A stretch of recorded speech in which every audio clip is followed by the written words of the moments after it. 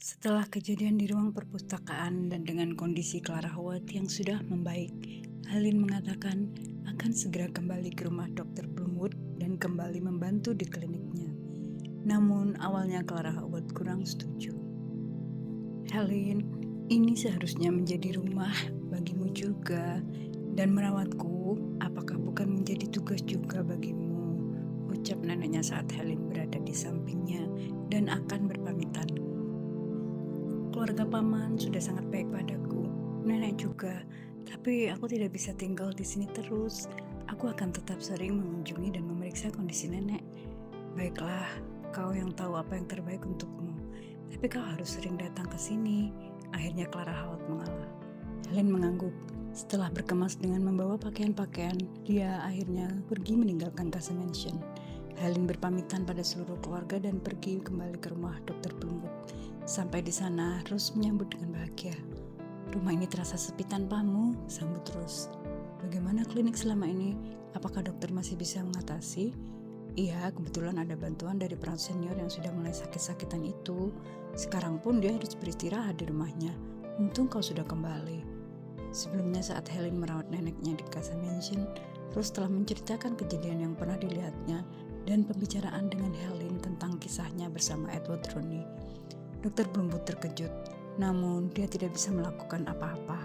Dia hanya berkomentar, "Aku hanya bisa mendoakan yang terbaik untuk Helen. Tapi sepanjang yang ku tahu, akan sulit bagi seorang pria untuk hidup bersama wanita yang tidak dia cintai." Setelah pembicaraan itu, Rose dan Isaac tidak pernah menyinggung lagi tentang hubungan Edward dan Helen. Helen kembali menjalani hari-hari di rumah dan klinik Dr. Bloomwood. Kejadian di perpustakaan Casa Mansion membuatnya dihantui rasa bersalah. "Aku harus benar-benar melupakan dan menjauhi Edward," bisik hati Helen dalam hatinya. Pada suatu pagi saat akan memulai pekerjaan di klinik, Dr. Bloomwood membuka pembicaraan. "Helen, kemarin aku bertemu beberapa tokoh kota di klub Moldena City. Salah satu yang kami bicarakan terkait fasilitas kesehatan." "Oh ya? Terus bagaimana dokter?" Helen antusias. "Ada Tuan Muda Baylor juga di sana." "Tuan Muda Baylor?" Helen memastikan siapa yang dimaksud. Louis Baylor." Lalu Isaac melanjutkan, "Kau pernah mengusulkan fasilitas kesehatan di Pineville pada Louis Baylor. Dia membahas hal ini dengan Dewan Kota dan sepertinya usulan ini bisa terwujud." Helen tersenyum bahagia mendengarnya. "Terima kasih kau sudah menyampaikannya di saat aku dan yang lebih senior di sini mungkin lalai," selanjut Ishak. "Kuharap aku tidak melampaui batas dengan hal itu, dokter." Tidak. Memang sesuatu yang tidak biasa sebagai wanita mengutarakan pemikiran dan usulannya. Tapi bila itu demi kebaikan, mengapa tidak? Sudah saatnya wanita juga bersuara, ucap Ishak Bloomwood. "Kami wanita tidak bisa mendapat kesempatan belajar untuk menjadi dokter seperti pria. Apa menyampaikan usulan seperti itu pun tidak pantas," Helen menggerutu. "Kurasa Tuan Arthur Baylor sebagai wali kota berpikiran cukup terbuka. Putranya juga begitu," saut Ishak. "Jadi kapan hal itu bisa terrealisasi?" "Mungkin akan dimulai dengan peninjauan lokasi dulu. Besok kau boleh meninggalkan klinik untuk menemani Tuan Muda, maksudku Louis Baylor, untuk melihat-lihat Pineville." Helen sedikit terkejut. "Besok? Lebih cepat lebih baik bukan?" Ishak menyaut dan Helen tidak bisa membantah. Keesokan hari seperti yang direncanakan, Helen dibebaskan dari tugas di klinik untuk mengemban tugas lain yaitu peninjauan lokasi di Pineville. Dr. Bloomwood menganggap dialah yang paling menguasai kondisi lapangan dan masih fit untuk melakukan perjalanan dibanding dirinya yang sudah tua renta. Saat datang kereta kuda ke kediaman Bloomwood, Helen melihat Louis dan beberapa orang berkuda di depan kereta tersebut. "Helen, silakan kau naik kereta kuda ini. Kami para pria akan menunggang kuda," ujar Louis sambil mempersilakan Helen. "Kalau semua berkuda, kenapa aku harus naik kereta?" Helen terlihat heran. "Karena Pineville cukup jauh," jawab Louis. "Sepertinya akan lebih mudah berkeliling dengan kuda saja. Apa aku boleh meminjam salah satu kuda ini?" "Kau yakin akan berkuda sampai desa itu?" Louis sedikit terkejut dengan kemauan Helen. "Iya, aku sanggup," Helen menjawab dengan yakin. Akhirnya Louis meminta pengawalnya untuk kembali dengan kereta dan menyerahkan kudanya pada Helen. Kemudian Louis, Helen, serta dua pria berkuda lainnya pun berangkat dalam perjalanan menuju Pineville. "Apa kau terbiasa berkuda?" Louis membuka pembicaraan dalam perjalanan.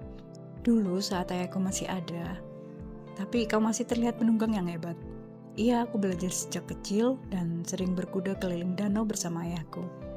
Louis bisa melihat mata Helen berkaca-kaca saat menceritakan ayahnya. Maaf, aku membuatmu terkenang masa itu. Kau pasti merindukannya. Helen mengangguk lalu tersenyum. Tidak apa-apa.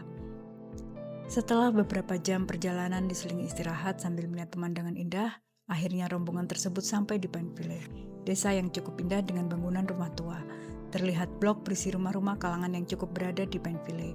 Namun hanya sedikit saja di situ. Selebihnya, desa itu hanya diisi rumah sangat sederhana dan masyarakat kurang mampu. Di sudut jalan terlihat ada bangunan yang terlihat cukup kokoh namun terbengkalai. Coba kita lihat rumah ini. Menurut warga di sini, pemilik rumah sudah tidak ada di kota ini. Mereka kadang menggunakan untuk tempat perlindungan. Mungkin ini bisa dijadikan fasilitas kesehatan. Lalu Louis dan Helen memasuki rumah itu dan melihat keadaannya. Iya, sepertinya tidak banyak yang harus diperbaiki dan kita bisa memanfaatkan rumah ini. Tapi pemiliknya tidak jelas di mana. Harus ada yang mencari dan membujuk untuk menjualnya. Louis mengangguk. Tapi kau suka bangunan ini? Maksudku untuk fasilitas medis, lanjut Louis. Aku rasa letak dan kondisinya yang paling ideal. Kalau begitu akan ada yang mengurus pembelian rumah ini. Batin Helen. Semudah itukah? Setelah melihat ke seluruh sisi rumah, mereka melanjutkan perjalanan. Helen menyampaikan rencana selanjutnya pada Louis. Aku harus singgah ke suatu perkampungan, tapi kau bisa menunggu di jalan besar saja, tidak perlu masuk. Untuk apa? Ini adalah perkampungan warga paling miskin di desa ini. Kami biasa membagikan obat-obatan rutin pada mereka, jawab Helen sambil menunjuk tas di pelananya. Kalau begitu aku harus ikut masuk. Kemudian mereka berdua dan para pengawal masuk ke perkampungan tersebut. Rumah-rumah kecil sangat sederhana dan cenderung kumuh. Helen dengan gaun panjang putihnya tanpa ragu melangkah ke area yang becek dan sedikit kotor itu. Lalu dia bertemu dengan seorang pria setengah tua, sepertinya ketua di pemukiman itu. Dia memberikan obat yang dibawanya dan berbincang sejenak. Lalu ada seorang anak perempuan kecil yang bertunjuk pria itu. Helen memeriksa mata dan mulutnya, lalu berbicara kembali dengan pria itu sambil menyerahkan obat. Louis memperhatikan semuanya. Setelah itu, Helen nampak berpamitan. Kemudian Louis dan pengawal ikut berpamitan pada pria tua itu. Nampak warga kampung dan anak kecil melambaikan tangan dan senyuman pada Helen, seperti sangat senang dengan kehadirannya. Kemudian rombongan melanjutkan perjalanan. Dalam perjalanan itu Helen melamun. Dia teringat masa di Essex. Selain merawat pasukan di barak, dia bersama tenaga medis lainnya juga sering mengunjungi warga desa untuk memberikan bantuan kesehatan. Saat Helen bersama Edward selalu menemaninya menelusuri hingga pelosok-pelosok desa sambil membantu memeriksa mereka yang sakit. Dia juga mengajari Edward beberapa langkah pertolongan pertama dalam insiden, sehingga Edward bisa membantunya menangani beberapa masalah. Mereka selalu bersama dan seringkali berdua dalam menjalankan tugas itu. Ternyata dalam lamunan itu Louis sedang berbicara pada Helen, tetapi dia tidak mendengar karena pikirannya sedang melayang ke tempat lain. Helen, apa kau baik-baik saja? Oh, iya, maaf, tadi kau bilang apa? Apa kau haus atau lapar? Di depan kita ada kedai. Oh iya, bekal minumku sepertinya sudah habis. Baiklah, ayo kita ke sana. Kenapa aku masih selalu teringat Edward? Aku benar-benar harus menghentikan ini, bisik hati Helen. Kemudian rombongan itu singgah di sebuah kedai di perbatasan desa Pineville. Helen dan Louis memesan minuman lalu duduk di satu meja. Kau pasti lelah, Helen tersenyum melihat Louis. Seharusnya aku yang bilang begitu. Wanita berkuda sejauh ini tidak biasa, jawab Louis. Kadang semangat bisa mengalahkan kelelahan fisik, balas Helen. Louis tersenyum lalu minum dari gelasnya. Sejak kapan kau mulai tertarik pada dunia keperawatan? Berawal dari hal sederhana, aku sering melihat ibu aktif membantu rumah sakit dan saat bertemu suami bibiku yang seorang dokter di Glendale, aku minta diajari menangani orang sakit dan sejak itu aku menjadi sangat tertarik. Kau pernah bertugas di mana saja? Terakhir di rumah sakit di Middlesbrough, juga pernah di Glendale saat wabah. Lalu Helen hendak menyebut Essex lalu berhenti. Louis menoleh menunggu kelanjutan kalimatnya. Di sini di Modena. Helen tidak mau menyebutkan Essex karena itu bisa menghubungkannya pada Edward. Louis pasti tahu kalau temannya itu pernah berada di Essex. Pasti menyenangkan ya, bisa menjadi bantuan bagi banyak orang, ucap Louis. Menyenangkan? Ya, maksudku bukan bersenang-senang atau seperti itu, tapi pasti ada perasaan bahagia menjadi bagian yang penting sepertimu. Seperti untuk warga di kampung tadi. Ya, selama masih ada dermawan di Moldena seperti keluarga Howard, keluargamu, dan yang lain, masyarakat yang kurang mampu itu masih bisa berharap pertolongan. Dan masih ada kau. Louis tersenyum menatap Helen dengan kagum. Aku lihat mereka tetap bisa tersenyum dalam keadaan seperti itu. Lanjut Louis dengan nada haru terserak di suaranya. Hidup tidak selalu berjalan seperti yang kita inginkan. Mereka hanya membuat apa yang ada di depannya terasa menyenangkan, sahut Helen. Louis sesaat merenung. Menjadi seorang yang terlahir kaya raya dan tidak pernah merasakan kesusahan. Semua keinginannya rasanya selalu terpenuhi. Tapi kenyataan di luar sana, seperti yang dikatakan Helen, tidak selalu berjalan seperti apa yang kita inginkan. Louis, sepertinya langit sudah mulai mendung. Sebaiknya kita segera melanjutkan perjalanan, ucap salah satu pengawal saat Louis dan Helen masih berbincang. Helen berusaha menahan tawa mendengar pengawal yang dikatakan sebagai teman itu berusaha memanggil nama Louis, terlihat di luar kebiasaan. Lalu mereka mengambil kuda masing-masing dan bersiap melanjutkan perjalanan. Tuan muda, apakah benar-benar masih kuat untuk melanjutkan perjalanan? Helen bertanya sambil tertawa menyindir Louis. Louis tersentak dengan sindiran itu dan segera berusaha membalas. Apa perlu kubuktikan padamu dengan cara lain kalau aku masih kuat? Hahaha. Helen salah tingkah lalu langsung memacu kudanya di depan Louis untuk menutupi wajahnya yang memerah. Louis pun tertawa. Malam telah menyingsingkan terang dan menutupi dengan gelapnya. Bulan dan bintang bersinar redup tertutup mendung. Udara setelah hujan reda masih meninggalkan rasa dinginnya. Di sebuah bangunan megah yang telah berdiri lebih dari 1 abad, Farron Hill, kediaman turun-temurun keluarga Baylor, dalam sebuah ruangan dipenuhi perabot mewah, duduklah seorang pria di atas sofa di samping perapian, memegang minuman dalam gelas kristal. Louis Baylor. Louis beristirahat setelah membersihkan diri setelah dari perjalanan ke Pineville dan bersiap untuk tidur malam itu. Dia merenungkan apa yang sedang dia rasakan, terutama setelah perjalanan di hari ini yang membuatnya melihat sisi kehidupan lain yang tidak pernah diamati dan rasakan sebelumnya. Perkampungan yang warganya hidup di bawah garis kemiskinan, kehidupan serba kekurangan, bahkan untuk sekedar sarana kesehatan. Semua itu berada tidak jauh dari kemewahan yang selama ini dia miliki. Louis terharu memikirkan hal itu. Ada sesuatu yang lain yang dia rasakan, yang tidak pernah dia rasakan selama ini. Dan Helen, ya, Louis bingung dengan perasaannya sendiri. Dia memang tertarik pada Helen sejak pertama kali melihatnya. Ketertarikan melihat kecantikan paras dan fisiknya. Namun berkencan dengan wanita cantik bukanlah hal baru bagi Louis. Dan biasanya wanita-wanita itu yang mengejarnya. Tapi dengan Helen, setiap kali bertemu dengannya, seperti ada perasaan yang terus tumbuh dari waktu ke waktu yang tidak pernah dia rasakan sebelumnya. Helen bukan hanya membuatnya bahagia saat bersama, tapi juga membukakan mata dan menunjukkan dunia baru padanya. Rasanya dia ingin selalu bersamanya.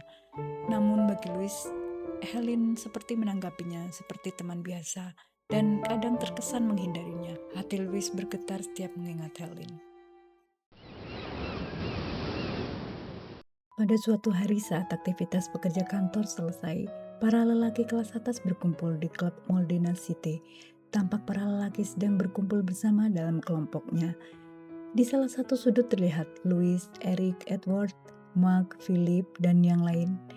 Berita bahwa Dewan Kota akan membangunkan klinik di desa Pineville telah tersebar di komunitas itu. Sebagai anggota Dewan Kota, Louis menerima berbagai pertanyaan sehingga dia pun menceritakan awal mula inisiatif pembangunan klinik itu, hingga bagaimana dia meninjau lokasi bersama Helen, dan dia hendak mengambil alih suatu bangunan untuk dijadikan klinik di desa. Jadi kau akan membeli bangunan itu karena klinik atau demi Helen? Kelakar Eric yang disambut tawa teman-temannya. Iya, semua teman-temannya kecuali Edward. Louis hanya menanggapi dengan senyum. Tidak, aku sudah melihat lokasinya dan memang desa itu sangat memerlukan fasilitas kesehatan. Edward tidak kuasa mendengar semua cerita dan kelakar itu, dan mendengar bahwa Helen dan Louis pergi berkuda bersama hingga Pineville benar-benar membuat hati Edward panas. Dia juga teringat biasa menemani Helen memberikan bantuan kesehatan di Essex Semua cerita itu membangkitkan kenangan yang membuatnya merasa seolah Louis mengambil tempatnya. Seharusnya kelompok itu makan malam bersama di klub, tapi Edward berpamitan pulang terlebih dahulu. Kejadian di ruang perpustakaan Howard membuatnya yakin Helen masih mencintainya, sehingga dia tidak terima dengan apa yang terjadi bersama Louis. Dari klub itu ternyata Edward tidak langsung pulang. Dia mendatangi kediaman Bloomwood. Malam sudah menjelang dan waktu orang bersiap untuk istirahat. Saat pelayan membuka pintu, Rose Bloomwood telah menyambut tamu yang tidak disangkanya. "Edward, ada apa?" sambut Rose. "Nyonya Bloomwood, aku ingin bertemu Helen." "Helen sudah beristirahat di kamarnya." "Ini sudah malam, Ed." Rose menanggapi dengan nada ingin Edward pergi. "Nyonya Bloomwood, apa kau belum tahu tentang..." Rose memotong. "Tentang kau dan Helen? Aku sudah tahu. Aku sudah mendesak Helen untuk menceritakannya." Edward menghela nafas dan menunduk. "Sebaiknya kalian tidak bertemu lagi," lanjut Rose. "Kalau begitu, izinkan aku bicara dengannya dulu, Nyonya," desak Edward. "Baiklah, kalau dia bersedia, aku akan memanggilnya." "Oh, Nyonya Bloomwood, aku perlu bicara berdua dengannya. Tolong, izinkan kami bicara di kamarnya." "Edward, seharusnya tidak begitu. Tolonglah, kau tahu apa yang telah kami lalui. Dan mungkin ini kesempatanku bicara terakhir kali." Terus nampak mempertimbangkan. "Baiklah, tapi saat aku memanggil nanti, kau harus keluar." Edward mengangguk. Mungkin memang berbicara berdua dengan Edward akan menjernihkan suasana dari segala prahara yang harus mereka hadapi, sehingga Rose merasa harus mengizinkannya. Dia pun mengantar Edward ke kamar Helen. Helen sedang menyisir rambutnya dan bersiap untuk tidur saat pintu diketuk. "Helen, Edward ingin menemuimu." Rose mempersilakan Edward masuk kamar Helen. Helen terkejut dan bingung dengan kedatangan Edward. "Kenapa kau harus minta ke kamarku?" "Aku ingin bicara berdua dan tidak didengarkan," jawab Edward. "Ada apa?" "Helen, aku bertemu dengan teman-temanku di klub hari ini. Lalu, ada Louis juga. Dia bercerita tentang petualangan bersamamu di Penville." "Petualangan? Kami hanya meninjau lokasi untuk dijadikan fasilitas klinik desa. Dr. Bloomwood yang menugasiku." "Iya, itu berarti kalian pergi berdua seharian, bukan?" Nada suara Edward meninggi. "Tidak berdua, ada 2 orang lain yang menemani kami." "Hah, pengawal Baylor yang hanya akan menuruti semua perintah tuannya," Edward menjawab ketus. "Kami hanya meninjau lokasi, tidak ada hal lain." "Kau yakin? Apa dia tidak mengajakmu berkencan?" "Tidak." "Apa dia merayu atau memujimu?" "Tidak, Ed." "Apa menurutmu dia sangat menarik sehingga kau mau pergi dengannya?" "Apa maksud semua ini?" "Saat aku mengajakmu lari dari tempat ini, kau menolak. Katamu kau tidak ingin menyakiti keluarga Howard. Ya, pasti kau tidak ingin kehilangan keluarga Howard. Dan sekarang, kau mendekati seorang Baylor. Apa kau hanya menginginkan harta?" "Cukup, Edward!" Helen setengah berteriak. "Apa kau benar-benar ingin menghina aku seperti ini?" Kata-kata Edward yang sembarangan benar-benar melukai Helen. Edward tiba-tiba tersadar emosinya sudah membuat dia mengeluarkan kata-kata yang menyakiti Helen dan tidak sepantasnya. "Maafkan aku." Edward meraih tangan Helen, tapi dia menepisnya. "Kau yang menerima pertunangan dengan Mary. Kau bilang demi hubungan keluargamu dengan keluarga Howard. Siapa yang memikirkan masalah harta?" "Maafkan aku, Helen. Aku emosi. Aku tidak bermaksud menuduhmu seperti itu." Helen hanya terdiam. "Aku sudah pernah mengatakan padamu, aku belum siap melihatmu dengan lelaki lain," lanjut Edward. "Karena itu aku emosi. Itu keniscayaan. Kau akan kayak mental lain dan aku mungkin akan dengan laki-laki lain." Helen membelakangi Edward. "Tetapi kepergianku dengan Louis kemarin benar-benar hanya untuk melihat lokasi di Pineville. Tidak ada yang lain." "Mungkin tidak seperti itu bagi Louis," sahut Edward. "Itu di luar kuasaku." Lalu Helen membalikkan badannya kembali melihat Edward. "Kau akan segera menikah dengan Mary, bukan? Kita berdua harus siap dengan kenyataan itu. Aku tidak akan menikahinya.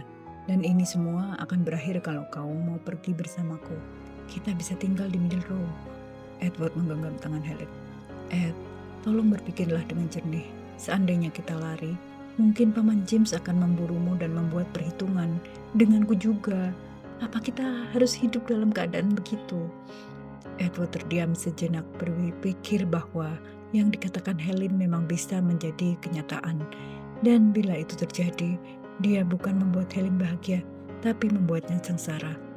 "Tidak bisakah aku menikah dengan Mary tapi tetap bersamamu, memilikimu?" Maksudmu menjadi wanita simpananmu? Helen mengerutkan dahinya dan menatap Edward dengan penuh tanya. Edward tidak menyaut.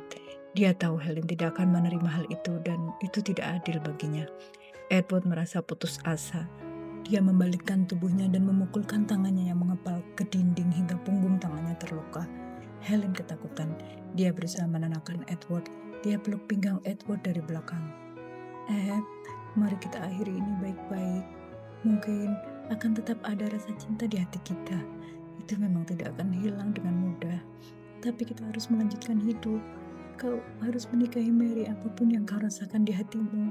Aku harus merelakanmu. Edward terdiam, hatinya sangat perih. Keduanya menitipkan air mata.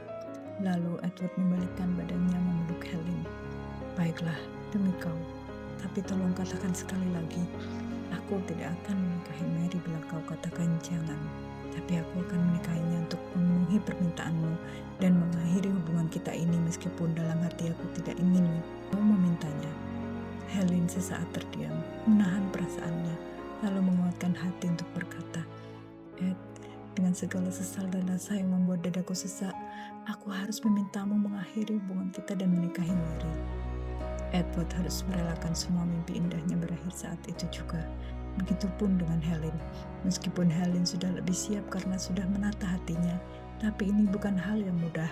Hubungan mereka harus berakhir dalam pelukan, bukan karena kebencian, tapi karena merelakan. Edward mencium Helen dengan lembut. Helen menganggap itu terakhir kali sebagai ciuman perpisahan. Dia menerima dan memeluk erat Edward. Mereka mengucap perpisahan dengan kemesraan mendalam. Edward tak kuasa menahan diri. Dia menarik pembuka baju Helen dan hendak merebahkan Helen ke tempat tidur di sampingnya. Jangan, Ed. Helen memegang tangan Edward menahannya. Aku sangat menginginkanmu. Kita mungkin tidak bisa bersama lagi seperti ini. Edward sangat berharap. Tapi sebelum semua berlanjut, terdengar ketukan di pintu. Helen buru-buru membukanya. Rose telah berdiri di depan pintu. Maaf, ini sudah malam. Sebaiknya kalian tidak bicara di dalam kamar. Helen menatap Edward dan melihatnya melangkah keluar dari kamarnya. Selamat tinggal, Ed, ucap Helen. Edward pun meninggalkan rumah itu dengan suasana hati berkecamuk. Dia merasa masih memiliki kesempatan bila Mary mau mengakhiri pertunangannya.